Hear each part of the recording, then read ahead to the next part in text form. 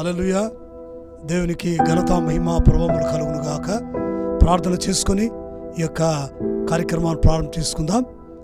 ప్రేమ కలిగిన మా తండ్రి, పరిశుద్ధమైన దేవ, ఈ యొక్క లెంటు దినములలో, ఉపవాస దినములలో తండ్రి, నీ బిడలమైన మమ్మలను జ్ఞాపకం చేసుకున్నందుకు వందనాలు. ఈ 2026 సంవత్సరం ఈ లెంటు కార్యక్రమాన్ని ప్రభా మరి తండ్రి మీరు ప్రారంభం చేయబోతుండగా మీకు స్తుతులు చెల్లిస్తూ విత్తబోతున్న వాక్యము దీవించమని, మా దృష్టిలో మా అందరి యొక్క హృదయాలలో వాక్యం పదిలం చేయమని యేసు నామములో వేడుకొనుచున్నాము తండ్రి, ఆమేన్. దేవుని ప్రియమైన వాళ్ళరా, యేసు ప్రభుల వారి యొక్క పరిశుద్ధ నామంలో మీకందరికీ హృదయపూర్వక వందనాలు తెలియజేస్తున్నాను. ఈ యొక్క సమయంలో మరి ప్రార్థన టీవీ ఛానల్ వారి యొక్క 11వ వార్షికోత్సవ సందర్భంగా శుభములు, దీవెనలు, ఆశీర్వాదములు వారికి కలుగునుగాక. అలాగే ప్రార్థన టీవీ ఛానల్ ద్వారా లెంటు శ్రమల కాల వాక్యములను మరి వివరించడానికి దేవుడిచ్చిన అవకాశం బట్టి దేవాది దేవునికి హృదయపూర్వక వందనాలు తెలియజేస్తున్నాను. అలాగే మన రాయలసీమ అధ్యక్ష మండలపు పీఠాధిపతులు the right reverend doctor Piyyala Isaac Varaprasad తండ్రి గారికి వారికి వందనాలు తెలియజేస్తున్నాను. అలాగే మరి సిఎస్ఐ రాయలసీమ అధ్యక్ష మండల యవన విభాగములకు చెందినటువంటి మరి చైర్మన్ గారైన మరి బెనర్ బాబు గారికి, యూత్ బోర్డు కన్వీనర్గా ఉన్నటువంటి వినయ్ బాబు గారికి కూడా ఈ అవకాశం ఇచ్చినందుకు వారికి వందనాలు తెలియజేస్తున్నాను. ప్రియమైన వాళ్ళరా, అలాగే ప్రార్థన టీవీ ఛానల్ బృందమంతటికి దేవుని నామం పేరట శుభములు, వందనములు, దీవెనలు కలుగునుగాక, ఆమేన్. ఈ దినము మన ధ్యానాంశము ఉపవాస నియమావళి. మరి బైబిల్లో ఈ డిసిప్లిన్ ఆఫ్ ఫాస్టింగ్ అనేటువంటి మాట వాడబడింది. దీనికి సంబంధించిన బైబిల్ వాక్యము మత్తయి సువార్త 6వ అధ్యాయము 16 నుంచి 18 వరకు గల దేవుని వాక్యములు చదువుకుందాం. మీరు ఉపవాసము చేయనప్పుడు వేషధారుల వలె ఉండవద్దు. తాము ఉపవాసము చేయుచున్నట్టు మనుషులకు కనబడవలనని వారు తమ ముఖములను వికారము చేసుకుందురు. వారు తమ ఫలములు పొందినని నిశ్చయముగా మీతో చెప్పుచున్నాను.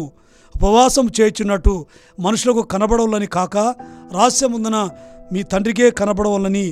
ఉపవాసం చేయనప్పుడు మీరు రహస్యంగా పరమ తండ్రికి కనిపించవాలని మరి నేను కోరుచున్నాను. నీ ఉపవాసం చేయనప్పుడు నీ తల అంటుకొని నీ ముఖము కడుక్కొనము. అప్పుడు రహస్యముందు చూచు నీ తండ్రి నీకు ప్రతిఫలం ఇచ్చును. దేవుని ప్రియమైన వాళ్ళరా, క్రైస్తవ సంఘం, క్రైస్తవ సమాజం ఆచరిస్తున్నటువంటి 40 ఉపవాస పవిత్ర ధ్యానములను లెంటు దినాలు అని కూడా అంటున్నారు. ఈ కాలాన్ని తపస్సు కాలమనియు, మండల కాలమనియు మరియు వ్రత దినములని కూడా పిలుస్తున్నారు. ఉపవాసం అనగా మనల్ని మనము రిక్తులుగా చేసుకొని ప్రభు యొక్క సన్నిధిలో మరి ఆయన శ్రమ, శిలువ, మరణ, పునరుత్థానాలను జ్ఞాపకం చేసుకుంటూ యేసయ్యకు దగ్గరగా జీవించడమే ఉపవాసం యొక్క లక్ష్యము. ప్రేమిన వాళ్ళరా, పరిశుద్ధ గ్రంథంలో అనేక మంది భక్తులు, విశ్వాసులు కొన్ని కష్ట సమయాలలో కఠోరమైనటువంటి ఉపవాసం చేసి దేవుని మెప్పును పొందుకొని విజయం సాధించుకున్నారు. బైబిల్లో కొంతమంది ఒకరోజు ఉపవాసం ఉన్నారు, ఇంకొంతమంది 7 దినాలు ఉపవాసం ఉన్నారు, మరికొంతమంది 30 దినములు ఉపవాసం ఉన్నారు, మరికొంతమంది 40 దినములు ఉపవాసాన్ని ఆచరించినట్లుగా మనం చూస్తున్నాం. కాబట్టి లోకంలో ఉపవాసం ఎలా ఆచరించాలి అనే విషయాలపై అనేక సూత్రాలు మానవులు కల్పించున్నారు. కానీ తన 40 దినముల ఉపవాస పరిచర్య ఆరంభంలో మన రక్షకుడైనటువంటి యేసు ప్రభుల వారు మనకు ఒక ఆదర్శంగా నిలబడుతున్నారు. వారు చెప్పిన నియమావళి, మరి ఆ యొక్క ఫాస్టింగ్ అనేటువంటి మాట చూస్తున్నప్పుడు ప్రభుల వారు మరి ఆయన చేసిన ఉపవాసాన్ని మనమందరం కూడా ఆదర్శంగా తీసుకువస్తున్న వారమైనాం. పరిశుద్ధ మత్తయి రాసిన సువార్త 6వ అధ్యాయము 16 నుంచి 18 వచనాలలో మీరు ఉపవాసము చేయనప్పుడు వేషధారుల వలె ఉండవద్దు. రెండవదిగా వారు తమ ఫలములు పొంది ఉన్నారు. అలాగే మూడవదిగా ఉపవాసము చేయుచున్నట్టు మనుషులకు కనబడవలని కాక రహస్యముందున మీ తండ్రికే కనబడవలని మీరు ఉపవాసం చేయండి. నీ ఉపవాసం చేయనప్పుడు నీ తలను అంటుకొని నీ ముఖమును కడుక్కొనుము. అప్పుడు రహస్యముందు చూచు నీ తండ్రి నీకు ప్రతిఫలం ఇచ్చును. ప్రియమైన వాళ్ళరా, ఇది నియమావళి. ఉపవాసం అనేటువంటిది ఎలా చేయాలనేటువంటి ఒక నియమావళిని ఇక్కడ ప్రభుల వారు మనకు బోధిస్తున్నారు. ఈ చదువుకున్న వాక్య భాగంలో 2 విషయాలు మనం గమనించుకుందాం. మొదటిగా, పైకి మరి భక్తిగా అగుపడిస్తూ కొందరు మానవులు మరి చూడాలని చెప్పి ఉపవాసం చేస్తున్నారు. అది దేవునికి ఇష్టమైన ఉపవాసం కాదు. మనుషులకు కనబడని కాక రహస్యముగా చూచు నీ తండ్రికే నీ ఉపవాసం చేయాలని ఇక్కడ రాయబడింది. రెండవదిగా బాహ్యమైన ఆచారాలు కాదు కానీ నీ హృదయంలో నీవు ఆయనకి ఇష్టమైన ఉపవాసమును ఆచరించమని దేవుడు కోరుతున్నాడు. ఈ శాస్త్రులు, ప్రధానులు, పరిసయ్యులు వీరందరూ కూడా ఉపవాసాన్ని గురించి తప్పుగా అర్థం చేసుకున్నారు. అంతేకాదు వారు మనుషులు చూడాలని ఉపవాసం చేస్తున్నారు. వారు వేషధారుల వలె ఉపవాసం చేస్తున్నారని ప్రభు అంటున్నాడు. ప్రియమైన వాళ్ళరా, ఇలాంటి ఉపవాసము సరైనది కాదు, దేవునికి ఇష్టమైనది కాదని కూడా మనం గ్రహించుకోవాలి. పాత నిబంధన గ్రంథంలో ఆమోస్ అనేటువంటి ఒక భక్తుడు, ఆయన ప్రవక్త ఇలా చక్కని మాటలు మనకు రాస్తున్నారు. దయచేసి ఆమోసు గ్రంథం తీసుకుందాం. ఆమోసు గ్రంథంలో రాయబడినటువంటి వాక్యంలో ఆమోసు ఆ దినంలో ఉన్నటువంటి అధికారులు, పెద్దలు, సమాజ మందిరపు వారు, అలాగే యాజకులు చేస్తున్నటువంటి దురాచారాలను ఖండిస్తూ ఆమోసు ఈ విధంగా చెప్తున్నాడు. 5వ అధ్యాయము 21వ అధ్యాయం నుంచి 20వ వచనం నుంచి 24 వరకు వాక్య భాగంలో ఈ విధంగా ఆమోస్ గారు చెప్తున్నారు. ఆమోసు గ్రంథం 5వ అధ్యాయం 21 నుంచి 24లో అని చెప్తున్నాడు. మీ పండుగ దినములను నేను అసహించుకొనుచున్నాను, వాటిని నీచముగా ఎంచుకొనుచున్నాను. మీ వ్రత దినములలో కలుగు వాసన నేను ఆఘ్రాణింపనొల్లను. నాకు దహన బలులైనను నైవేద్యములైనను మీరు సమర్పించినను నేను వాటిని అంగీకరింపను. సమాధాన బలులుగా మీరు అర్పించుచున్న క్రొవ్విన పశువులను నేను చూడను. మీ పాటల ధ్వని నా ఎద్దండి తొలగనీడి, మీ స్వరమండలముల నాదము వినుటకు నాకు మనస్సు లేదు. 24 వచనములు అంటారు, నీళ్లు పారునట్లుగా న్యాయము జరగనీడి, గొప్ప ప్రవాహం వలె నీతిని ప్రవహింపనీడి. ఇదే కదా నేను అడుగుచున్నానని దేవుడు సెలవిస్తున్నాడు. మనము ఉపవాసం ఆచరిస్తున్నామని మనల్ని మనము మభ్యపెట్టుకొనకుండా దేవుని యొక్క ఆజ్ఞలను మనము ఆచరించాలి. అనగా నీళ్లు పారునట్లు న్యాయమును జరగనీయాలి, అలాగే గొప్ప ప్రవాహం వలె మనం నీతిని ప్రవహింపనీయాలి. ఉపవాసం చేస్తున్నానని మన పక్కవాన్ని బాధ పెట్టడం, ఉపవాసం చేస్తున్నానని అనేకులను మనము మభ్యపెట్టడం దేవుడు కోరుతున్నది ఏమంటే, ఇదిగో మీరు ఉపవాసం చేసేటప్పుడు నన్ను మీరు అనుసరించాలి, అలాగా నా యొక్క ఆజ్ఞలు పాటించాలి దేవుడు కోరుతున్నాడు. ఆజ్ఞలు పాటిస్తే దేవుడికి చాలా ఇష్టం. కాబట్టి మీరు ఎలా ఉండాలి ఉపవాసంలో? నీళ్లు పారునట్లుగా న్యాయము జరగనీయుడి, గొప్ప ప్రవాహం వలె నీతిని ప్రవహింపనుడి. పేరుకు మాత్రమే ఆనాటి సమాజ మందిరపు అధికారులు అయితేనేమి, యాజకులు అయితేనేమి వీరందరూ కూడా ఉపవాసం చేస్తున్నారు. కేవలం మానవులుగా వారు చేస్తున్నారే కానీ నీతిని, న్యాయాన్ని, దేవుని యొక్క కట్టడలు, ఆజ్ఞలను అనుసరించడం లేదు. ప్రేమైన వాళ్ళరా, ఆమోసు గ్రంథంలో సాంఘిక న్యాయాన్ని గురించి ఆమోస్ గారు తెలియజేస్తున్నారు. ఇదిగో మీరు చెప్పులకు బీదలు అమ్ముతున్నారు, మీ తూము చిన్నదిగా చేసి మీ యొక్క తూములను పెద్దగా చేస్తున్నారని ప్రభు ఆయన ఆమోస్ గారు సెలవిస్తున్నారు. కాబట్టి ప్రేమైనటువంటి దేవుని బిడలారా, మనము దేవుని యొక్క సన్నిధిలో మనలో మనం తగ్గించుకుంటూ, ఇదిగో మనకంటే పేదవారిని, మనకంటే చెడ్డవారిని, మనకంటే అనేకులను దేవుని వైపు నడిపించడానికి, వారికి ఆదుకోవడానికి మనం సాయం చేయాలి. అంతేగాని పేదలు తునీకరించకూడదు. ఉపవాసంలో మనం చేయాల్సింది దాన ధర్మాలు మనం చేయాలి. రెండోది, పేదల పట్ల కనికరం కలిగిన బిడ్డలుగా మనం ఉండాలి. ఏవేలు గ్రంథంలో ఏవేలు ప్రవక్త చెప్పినటువంటి చక్కని మాటను మనం జ్ఞాపకం చేసుకుందాం. ఇక్కడ ఏవేలు ఏమంటున్నాడంటే, ఆయన కూడా ఉపవాస దినాన్ని గురించి చక్కని మాటలు మనకు వినిపిస్తున్నాడు. యెహోవా దేవుని యొక్క దినం వస్తుంది కాబట్టి జాగ్రత్తగా ఉండండి. ఇదిగో పెనిమిటిపోయిన యవనస్తురాలు గోనెపట్ట కట్టుకొని అంగలార్చినట్లు నీవు కూడా అంగలార్చుము. ఎట్లయితే ఒక యవనస్తురాలు తన పెనిమిటిని పోగొట్టుకొని ఏడుస్తుందో, దుఃఖపడుతుందో, అలాగా మీరు కూడా ఉపవాస దినంలో మీరు దుఃఖపడాలి, మీ కన్నీళ్ళు విడవాలని కూడా ఇక్కడ తెలియజేస్తున్నాడు. అంతేకాదండి, సంఘంలో, సమాజంలో యాజకులు గోనెపట్ట కట్టుకోవాలని, వారు అంగలార్చాలని, బలిపీఠమునొద్ద పరిచర్య చేయవారు కూడా రోదన చేయాలని చెప్పి ఇక్కడ తెలియజేస్తున్నాడు.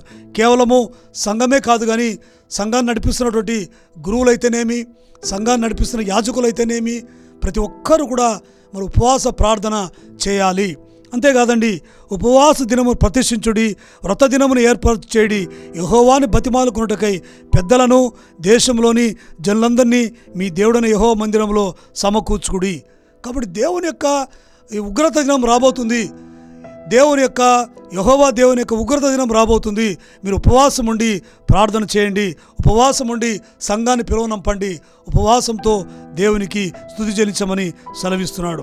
2వ వచనం 2వ అధ్యాయం అంటాడు, సియోను కొండ మీద బాకా ఊదుడి, పరిశుద్ధ పర్వతం మీద హెచ్చరిక నాదం చేయడి. కాబట్టి యెహోవా దినం వస్తుంది.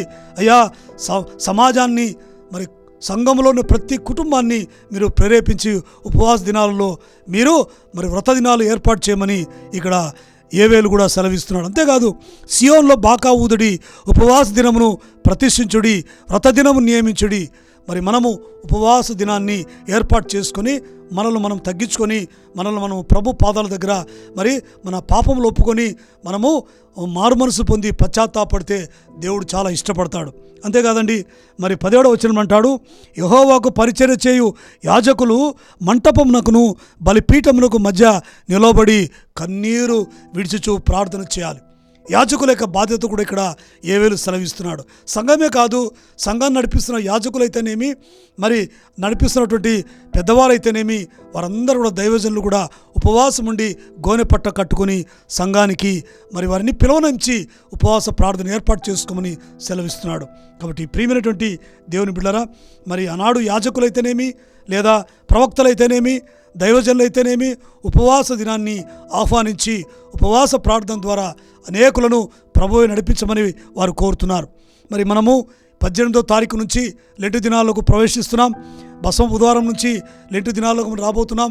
ఈ 40 దినములు మనం ఎలా ఆచరించాలి అనేటువంటి విషయాలను ప్రభుల వారు స్పష్టంగా మనకు బోధించినట్లు మత్తయి సువార్త 6వ అధ్యాయం మరి 16-18 వచనాల్లో చక్కని మాటలు యేసుక్రీస్తు ప్రభుల వారు మనకు సెలవిచ్చినారు.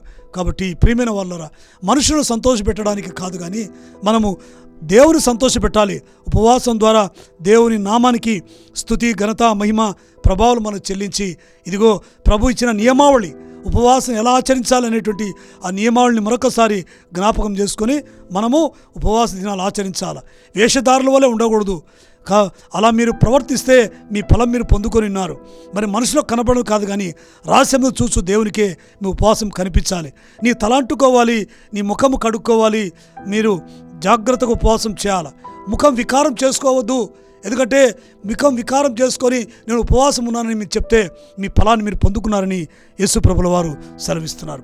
నీ ఉపవాసం చేయనప్పుడు నీ తలంటుకొని ముఖము కడుక్కొని మరి రహస్యమును చూచు నీ తండ్రికి ఉపవాసం చేయమని ప్రభుల వారు అంటున్నారు. సో దేవునికి దగ్గరగా మనం జీవించాలా. ఉపవాస దినాలలో దేవునికి దగ్గరగా మనం జీవించాలా. అసలు ఉపవాసం అనే మాటకు అర్థం అదే, ఆయనకు సమీపంగా జీవించడం అనగా మన పాపములు, మన యొక్క దుర్మార్గము, చెడుతనం అంతా కూడా విడిచిపెట్టి ప్రభువుకు దగ్గరగా జీవించినప్పుడు ఆ ఉపవాసానికి దేవుడు అర్థము మనకు అనుగ్రహిస్తాడు. కాబట్టి ప్రియమైన వాళ్ళరా, ఈ దినం ఉన్నటువంటి నియమావళి, ఉపవాసం యొక్క నియమావళిని యేసుప్రభు చెప్పిన విధంగా ఆచరిస్తూ మనమందరం కూడా దేవుని సన్నిధిలో ఉపవాస ప్రార్థన జరుపుకొని 40 దినములు ఈ తపస్సు కాలంలో, అలాగే ఈ మండల కాలంలో, ఈ లెంటు కాలంలో మనలో మనం శుద్ధీకరించుకొని మన జీవితాలను పరిశుద్ధపరచుకోవాలని కోరుతూ ఈ వాక్యాన్ని ముగిస్తున్నాం. యేసు ప్రభు ఈ వాక్యాన్ని దీవించునుగాక. ఆమేన్. ప్రార్థన చేసుకుందాం. సర్వశక్తి మిక్కిలి కనికల మా పరలోకపు తండ్రి, ప్రభువా, ఉపవాస నియమావళి గురించినటువంటి చక్కని మాటలు సంఘానికి మీరు నీ బిడ్డలకు అందించినందుకు వందనాలు. ఇదిగో తండ్రి, మరి ఉపవాస దినములు ఎలా చేయాలి, ఎలా చేస్తే దేవునికి ఇష్టమైన విషయాలు మీరు మాకు నేర్పి ఉన్నారు తండ్రి. ఉపవాస దినాల ద్వారా మేము తండ్రి మీకు ఇంకా దగ్గరగా జీవించి మా పాపములు ఒప్పుకొని మా దుర్మార్గం దుష్టత్వాన్ని విడిచిపెట్టి మేము ప్రభువా పరిశుద్ధులుగా జీవించే కృప అనుగ్రహించమని మా శరీరాలను మా ఆత్మను నలగొట్టుకొని మీ సన్నిధిలో ఉపవాసం ద్వారా మీ కృతజ్ఞతాస్తోత్రం చెల్లించే భాగ్యం దయచేయమని సమస్త ఘనత, మహిమ, ప్రభావాలు మీకే చెల్లిస్తూ యేసు నామములో వేడుకొనుచున్నాము తండ్రి. ఆమేన్. మన ప్రభువైన యేసుక్రీస్తు కృప, తండ్రి దేవుని ప్రేమ, పరిశుద్ధాత్మ దేవుని యొక్క అన్యోన్య సావాసము, దయగల దీవెనల కృపల ఆశీర్వాదములు మండల కాలంలో, తపస్సు కాలంలో, ఉపవాస వ్రత దినంలో పాల్గొంటున్న ప్రతి బిడను ప్రభు ఆశీర్వదించి దీవించునుగాక. Amen, amen, amen. Praise the lord. CSI holy trinity church Anantapuram youth fellowship నుండి మేము ఈ పాట పాడబోచున్నాము.